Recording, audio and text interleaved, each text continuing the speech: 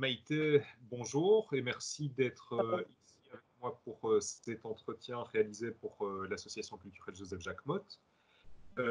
Tu es la vice-présidente du Parti de la gauche européenne en charge des questions internationales et tu as accepté de nous répondre à propos de la situation européenne vis-à-vis du coronavirus. Pour commencer, j'ai une première question à te poser.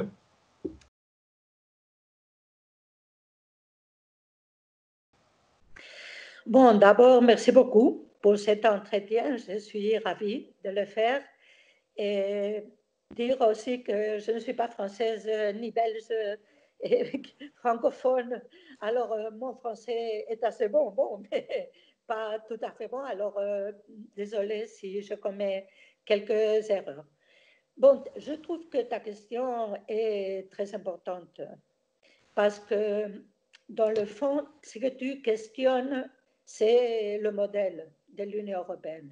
Parce que si dans un moment comme celui-là, d'une pandémie où tout le monde, pas seulement l'Europe, l'Union européenne, sinon tout le monde est en train de trouver des formules pour en sortir, et le rôle de l'Union européenne a été pathétique. Je n'oserais pas utiliser un autre terme. Et pourquoi? Parce que pour ceux et celles qui ne savaient pas déjà que cette Union européenne, ce n'est pas le Parlement européen qui décide, sinon sont les États. C'est Angela Merkel, c'est Pedro Sánchez, sont les présidents, les chefs d'État, les présidents des gouvernements qui prennent les décisions. Et les personnes qui ne connaissaient pas ça maintenant, je suis sûre que la plupart le comprennent. On n'a pas eu du tout une réponse, sauf pour ce qui faisait référence au marché, pour varier. Les traités européens appliqués d'une manière brutale, de Maastricht à Lisbonne, passant pour je ne sais pas où, sans pitié aucune. Et alors, nous sommes réellement simplement constatant que quand il arrivait un énorme problème, on n'a pas de solution pour les personnes. L'Europe de la solidarité, celle que Altiero Spinelli, communiste, a été construite avec d'autres, c'est vrai. Après la Deuxième Guerre mondiale, c'est une Union européenne de marché néolibérale où les travailleurs, les travailleuses, etc., nous ne comptons absolument rien. Alors, je crois que la réflexion de ce moment-là doit être, tu l'as dit dans le titre un peu de ces dialogues, que nous devons réviser si cette Union européenne vaut la peine. Moi, je pense que non, mais ça, on doit le discuter. Et surtout, comment en sortir, que tu l'as dit déjà, de tout ça. Ok, merci. Ben, tu as déjà abordé un des points de ma deuxième question, à savoir le manque de solidarité entre les États européens. Par exemple, on vient de voir dernièrement la Cour constitutionnelle allemande qui a pris une décision qui condamnait la position de la Banque centrale européenne qui, d'après cette Cour constitutionnelle allemande, enfreindrait les traités en proposant des rachats d'actifs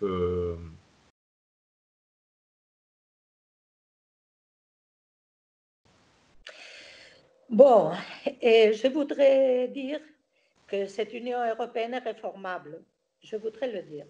Mais je ne suis pas sûre du tout. Et parce que finalement, comme je disais dans la première question que tu m'as posée, finalement, qui décide? C'est les chefs d'État qui décident. Et qui sont ces chefs d'État? On va faire une révision des 27 chefs d'État et dire qui sont de gauche, qui sont de droite, qui vont donner des solutions progressistes à ça, qui vont essayer de modifier ça. Je ne vais pas dire quel pourcentage des chefs d'État nous avons des droites, parce que peut-être c'est le 90%. Et quand je dis droite, je dis extrême droite, comme c'est le cas d'Orban en Hongrie. Il y a l'Autriche, je dirais droite extrême, pour ne pas être très impoli. Et nous avons la plupart des chefs d'État qui sont absolument pour l'Europe des marchés. Alors, moi, je pense que si dans les différents État, on ne change pas des gouvernements et on a, je ne vais pas dire de gauche, mais on n'a pas plus de gouvernements progressistes comme c'est le cas du Portugal, comme c'est le cas de l'Espagne. Le Portugal, c'est plutôt, disons, social-démocrate, pas trop néolibéral. L'Espagne, c'est un peu plus progressiste, pas de gauche. Alors, nous avons quelques gouvernements qui sont en train de chercher des solutions, pensant au moins un peu ou assez dans les personnes. Mais le reste du gouvernement sont en train de penser au marché. Alors, point numéro un, si on ne change pas le gouvernement des pays, c'est impossible de réformer l'Union européenne. Mais c'est vrai que les positions comme la Banque centrale européenne que tu disais des banques allemandes, disant que ces accords, ce n'était pas possible, que les solutions de 2008, blablabla, encore, et comme je disais un petit peu dans la première question, nous réaffirme plus en sachant que nous sommes très très loin de l'Europe des peuples et même personnes qui votent la droite ne les plaît pas ces réponses. Parce que nous avons l'Espagne, nous avons l'Italie, nous avons la Grèce. Quelles sont les réponses que nous avons? Pas seulement avec les eurobonds, je ne sais pas si on le dit comme ça en français. Merci. Et ce n'est pas ça, c'est simplement demander une dette permanente qu'on va la payer quand on peut. Non, c'est regarder ces solutions d'une manière absolument insolidaire et absolument, pensons seulement, pas dans ces pays, sinon dans ces marchés.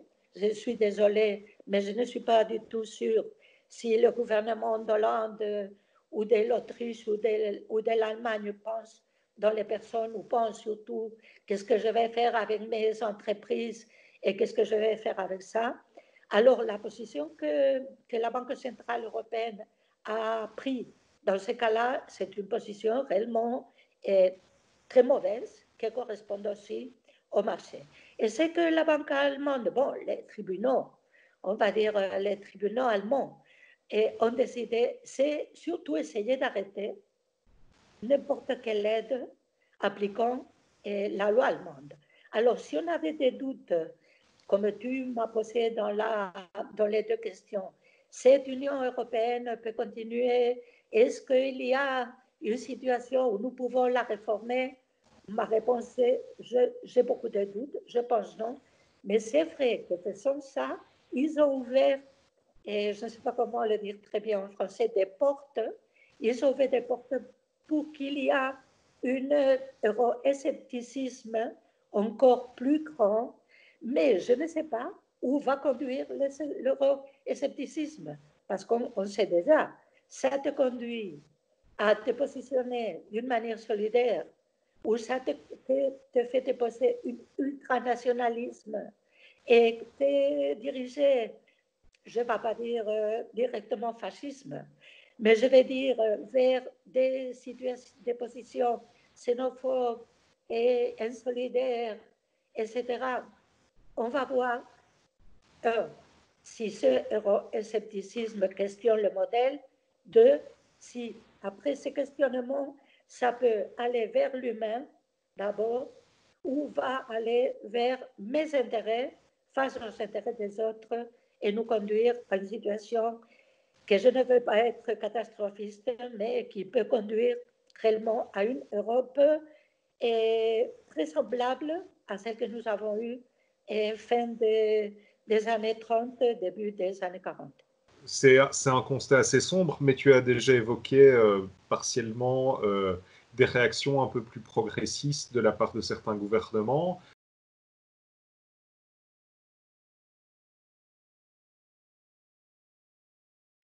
Bon, et je vais parler du cas de l'Espagne parce que je le connais assez bien, ou très bien, puisque j'appartiens à la gauche unie, que nous sommes dans la coalition de Unidas Podemos.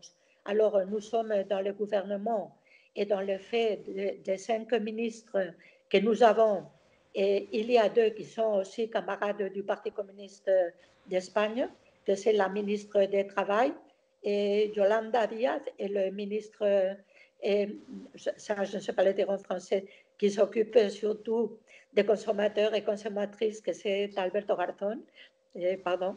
Alors, nous avons, comme je dis, deux ministres, pas seulement progressistes, sinon même de gauche et même des communistes. Alors, c'est vrai que ça a fait qu'un gouvernement du Parti socialiste seulement, ou un gouvernement s'appuyant, disons, dans le centre-droite, et prend des décisions beaucoup plus pensant dans l'être humain. Et je ne vais pas dire que ce sont des solutions révolutionnaires.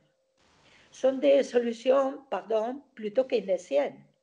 Et c'est regarder comment on peut aider les personnes maintenant. Et il y a des personnes qui ont faim, qui ont perdu le travail. Il y a beaucoup de violences face aux femmes dans le sein familial parce que les hommes qui sont violents sont tout le temps dans la maison confinée. Il y a des problèmes pour payer les loyers. Il y a des problèmes, ça c'est général. Ce n'est pas un problème de l'Espagne, c'est un problème planétaire.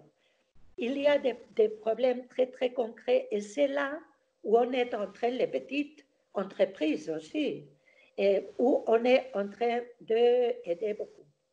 Et la première question que je veux dire, parce que je considère que c'est très, très, très important, c'est qu'on travaille tout le temps avec les syndicats.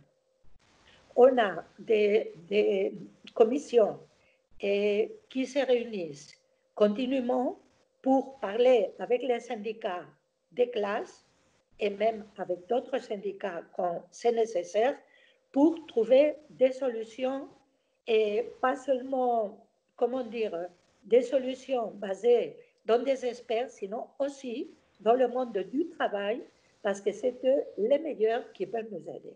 Alors, on a fait un plan que c'est très, très important pour que personne reste sans rien d'argent. Et il y a des personnes qui sont en train de recevoir au moins quelques 500 € par mois parce qu'ils n'ont rien plus. C'est clair qu'avec cette quantité d'argent, on ne peut pas vivre. Mais si on demande à quelqu'un pour avoir zéro, que c'est ce qu'il y a la plupart des pays de l'Europe, zéro, ou avoir 500 €, ça peut passer. Mais aussi, on a obligé à ne pas les faire payer les logements, comment on dit, les loyers. Les loyers, les loyers. Les loyers. Les loyers, on a arrêté ça. On a fait qu'on ne met pas dans la rue dans les entreprises quand ils se sont paralysés aux travailleurs, sinon appliquer une chose qu'on appelle ERTE, que c'est qu'on conserve tous les postes de travail pendant qu'on est dans l'état d'alarme. Après, on va voir, c'est clair, mais au moins conserver ces postes de travail. On a essayé de tout ce qui était un détour de la santé publique. On a obligé les services privés de santé à être publics. Alors, pardon, je ne vais pas continuer parce que c'est une liste énorme, mais je considère que déjà ces points que j'ai dit sont très importants face à ce que d'autres pays, d'autres gouvernements sont en train de faire. Et je répète, ce ne sont pas des solutions révolutionnaires. Mais si une personne peut arriver la fin des mois ayant pour manger, étant chez elle et ayant la possibilité d'avoir une santé pas merveilleuse, mais au moins un petit peu arrangée, ça c'est une solution au moins qui te permet de survivre, chose que dans des autres pays n'est pas en train de passer. Merci, ça donne un peu d'espoir, ça fait du bien aussi. Et justement, on va revenir un peu sur la question du manque de solidarité envers certains pays européens, mais qui était contrebalancée par l'intervention de pays qui n'ont pas spécialement bonne presse, on va dire, dans les médias dominants au sein de l'Union européenne. Je pense particulièrement à la République populaire de Chine et à Cuba. On peut discuter des mesures prises, des moyens envoyés.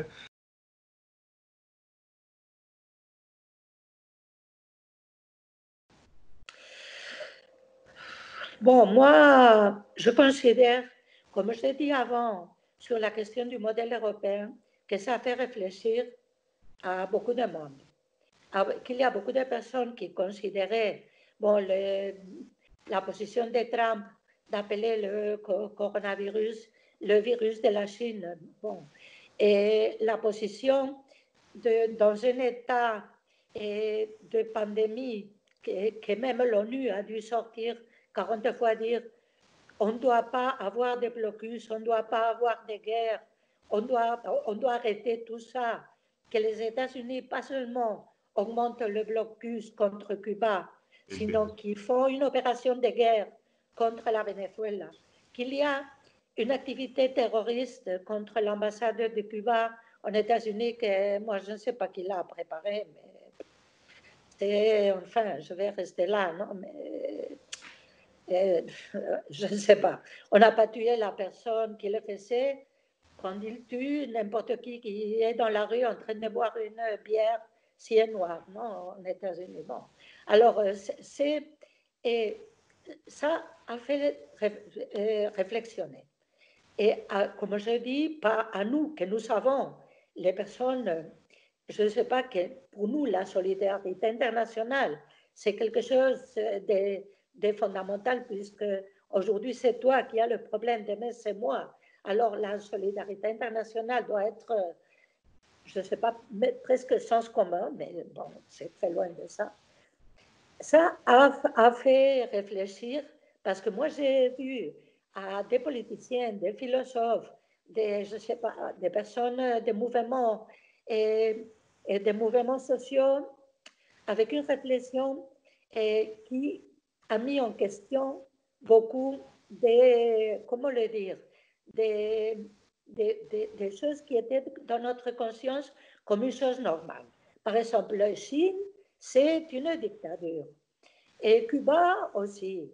Mais ce sont des dictatures, pardon, enfin, qui font la solidarité, qui ont un problème et ils vont sans rien recevoir. En Italie, dans un état terrible, dans la crise de la pandémie, dans un niveau exagéré, qu'ils vont, je ne sais pas, en Afrique, qu'ils vont aux Caraïbes, à les pays plus pauvres, ce n'est pas seulement l'Italie, qu'ils vont aider les médecins cubains et les Chinois avec ces expertises, et qui pouvaient rester tranquillement dans les pays pour aider les siens, mais ils pratiquent ce qu'on disait avant, la solidarité internationale. Et face à ça, qu'est-ce que nous avons? Nous avons en Europe, et ça je l'ai dit un petit peu avant, des gouvernements qui pensent exclusivement à ces entreprises et à ces votes, à continuer dans le pouvoir. Et comment le faire? On va voir comment on va le faire. Et on voit le cas des États-Unis, que c'est le paradigme peut-être, et un pays qui a maintenant, je ne sais pas combien de millions de chômeurs et chômeuses, parce 14%, que 14%. 14% de la... Oui, j'écoutais 20 millions. J'écoutais la dernière fois 20 millions. Je ne sais pas si c'est le 20 ou c'est un petit peu moins encore que le 20. Alors, tu écoutes ça, tu écoutes Trump, ça ce n'est pas une pandémie comme Bolsonaro, ça ce n'est rien, et la main à tout le monde, blablabla. Bla, bla. Et alors, pendant que ça passe dans les pays, à la fois, on attaque Venezuela, on attaque Cuba, et on continue je ne sais pas, être les gendarmes. On permet ce qui se passe en la Colombie avec les assassinats et tout ça. Alors, ça c'est l'ennemi externe. Trump prouve que pour casser les problèmes de chaque jour des personnes, on trouve l'ennemi externe. Ça c'est vieux, je sais ça, le fessé et les Égyptiens, je ne sais pas, dans l'histoire, et ils pratiquent tout ça. Mais c'est comme très grossier. Et il y a, comme je disais avant, des personnes, comment le dire, et il y a beaucoup de progressistes qui ne sont pas du tout internationalistes. Ce qu'on appelle progressiste, mais je suis progressiste dans mon pays et tout ça. Mais Chine, ça ne me parle pas de Chine, le Parti communiste, quelle horreur. Et ne me parle pas de Cuba, le Parti communiste, quelle horreur. Ou Maduro, qu'il est comme un acteur.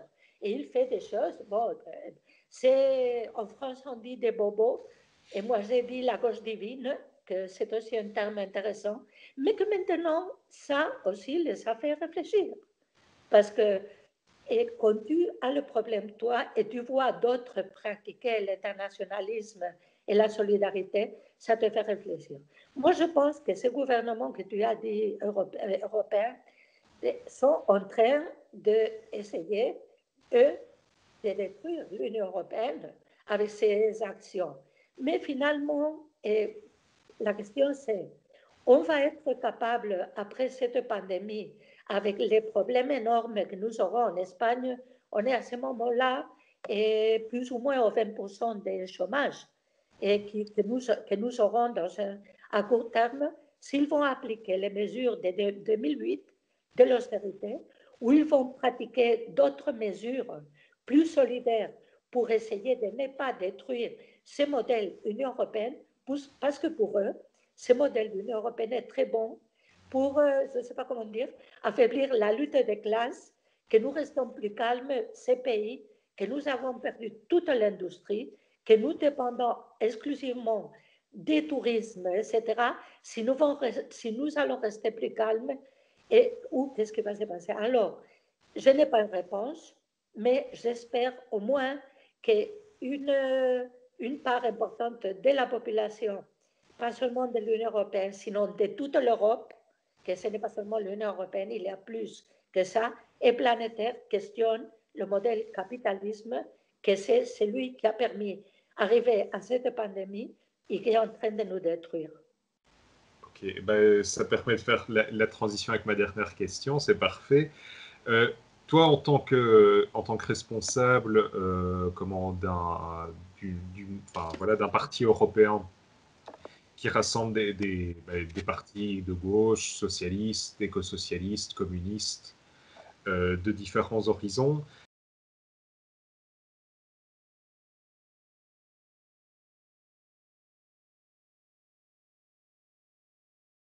Bon, moi, je crois, comme je te disais avant, comme je disais avant du cas de l'Espagne, qu'on doit avoir des projets à court terme, à moyen terme et à long terme, mais aussi à court terme.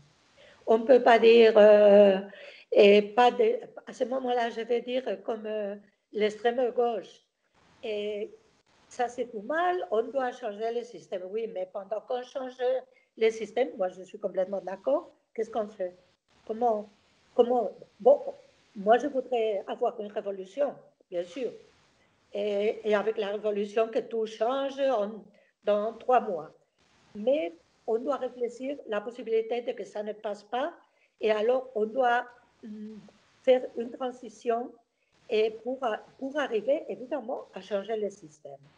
Alors, il y a des questions que je pense que plus ou moins j'ai déjà dit dans les questions très intéressantes que tu m'as posées. Et dans un ordre comme on veut, un, c'est la défense de tout le public, de tous les services publics. Ça, c'est une question fondamentale. C'est aussi dans le socialisme, quand on arrive. Évidemment, j'espère qu'il n'y a rien privé. Mais le problème, c'est que pour n'avoir pas rien privé, on doit avoir une banque publique, par exemple aussi, non? Et pas comme Venezuela, par exemple, que c'est un gouvernement de gauche avec tout privé, non? Alors, bon, ça sont des discussions plus profondes qu'on devrait donner. Mais la défense de le public, c'est une question fondamentale. Qu'est-ce qu'a fait l'Union européenne jusqu'à ce moment-là? Permettre de privatiser tout. Alors, qu'est-ce que nous devons faire maintenant? Nous devons faire des énormes inversions en services publics. Parce que ce n'est pas, comment dire, dans quelques pays nordiques, oui, c'est protéger les services publics. Mais en Espagne, c'est presque partir, et je ne sais pas, quand on fait une course, tu pars à 2 kilomètres d'où commence la course, non? Quand d'autres sont dans la première ligne. Alors, on doit faire des très, très forts investissements dans les services publics.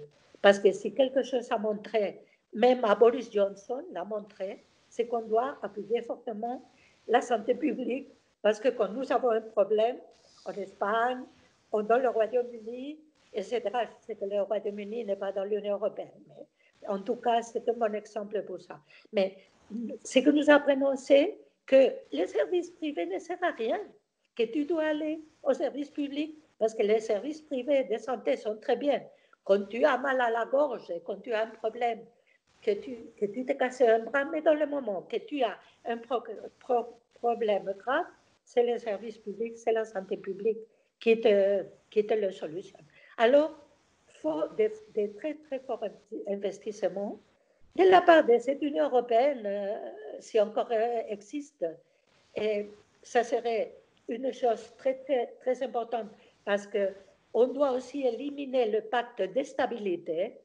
Ça, c'est une question encore avant que les services publics, pour que chaque pays puisse faire les investissements qu'il veut ou dans les questions publiques. Alors ça, la fin du pacte de stabilité. Ces articles-là qui nous disent qu'est-ce qu'on peut dépenser dans chaque pays, dans les mairies, etc. La défense des services publics, ça sont des choses fondamentales. Et évidemment, tu l'as posé très, très, très intelligemment dans tes questions, et changer absolument le rôle de la Banque centrale européenne. Parce qu'avec cette Banque centrale européenne, quand on a un problème si grave, avec des centaines de milliers de personnes en train de mourir, on parle de ça, nous avons une Banque centrale européenne qui empêche de faire ça parce que c'est interdit. Le tribunal allemand peut l'annuler. À quoi ça sert tout ça? Alors, s'ils sont capables, si nous sommes capables d'échanger ce modèle de la Banque centrale européenne, nous allons dans un chemin pas très mauvais. Et je peux parler aussi des plans de sauvetage économique. Je ne sais pas si c'est bien dit. Des sauvetages économiques qu'on peut les faire, parce que maintenant on ne peut pas les faire. On propose, comme on a dit avant, les eurobonds. Non, on ne peut pas faire ça, on ne peut pas faire ça. On doit faire des plans de sauvetage public, on doit appuyer les petites et les moyennes entreprises d'une manière claire, et aussi on doit changer absolument la justice fiscale et on doit interdire les paradis fiscaux. Et désolé, mais je dois dire que ces modèles européens ne servent pas. Alors moi, je dis des choses que nous devons essayer de les faire demain, pas l'année 2021. Ça, on doit le faire très rapidement pour éviter des authentiques changer le coronavirus pour beaucoup de personnes qui meurent de faim. Et on n'a pas parlé des migrants d'une manière spécifique et tout ça, parce qu'on ne peut pas parler de tout. Mais ce modèle d'Union européenne, on ne peut pas le changer. Mais par contre, moi, je suis pour un modèle européen. Mais quand j'ai dit modèle européen, j'ai dit de l'Atlantique au Ural. J'ai dit la Russie et j'ai dit ceux qui ne sont pas maintenant dans cette Union européenne des marchés. Alors, ça serait pour moi à je ne sais pas, demi-terme, solutionner tout ce qu'on peut pour ne pas avoir d'abord les morts pour le coronavirus et après les morts de faim, parce que ça va être une authentique tragédie. Alors, essayer de construire un modèle complètement différent avec tout le monde et basé, comme on a répété déjà beaucoup, dans la solidarité internationale, et ne pas oublier jamais que la solution va être planétaire. Le marché est planétaire. Ils connaissent très bien, le capitalisme sait très bien comment faire le néolibéralisme aussi. Alors, nous devons penser dans un autre modèle de société complètement différent, mais pendant ces temps-là, essayer d'arranger les problèmes concrets des personnes. Alors, je pense que si on essaye au moins de faire ces mesures, sont très fortes, parce que nous aurons tous les marchés contre nous, mais sont des modèles keynésiens, pardon, des réformes keynésiennes, ce ne sont pas des réformes d'extrême, je ne sais pas, extrémistes, non? Alors, on peut conduire à une rationalisation et à une autre manière de penser à la culture, que c'est fondamental, la culture et l'éducation, des choses et qu'on n'a pas parlé, mais qui sont absolument là. Et alors, réfléchir surtout dans un autre modèle régional où nous devons nous baser dans la solidarité, dans la paix et dans l'internationalisme. Je pense que si nous avons tout ça dans la tête, les politiciens, évidemment, les mouvements et les syndicats nous unir et surtout occuper les rues, parce que nous devrons occuper les rues, même en Espagne, avec un gouvernement progressiste, parce que nous n'avons pas, nous avons le gouvernement, mais pas le pouvoir. Alors, nous devons occuper les rues pour réussir à changer ce modèle social absolument inhumain. Eh bien, merci beaucoup Maïté d'avoir pris du temps et répondu aussi de manière aussi détaillée à toutes nos questions. On remercie donc Maïté Molla d'avoir répondu à nos questions consacrées au sujet qu'est l'Europe après le Covid-19. On espère vous retrouver bientôt pour d'autres vidéos de l'association culturelle Joseph Jacquemotte. À bientôt.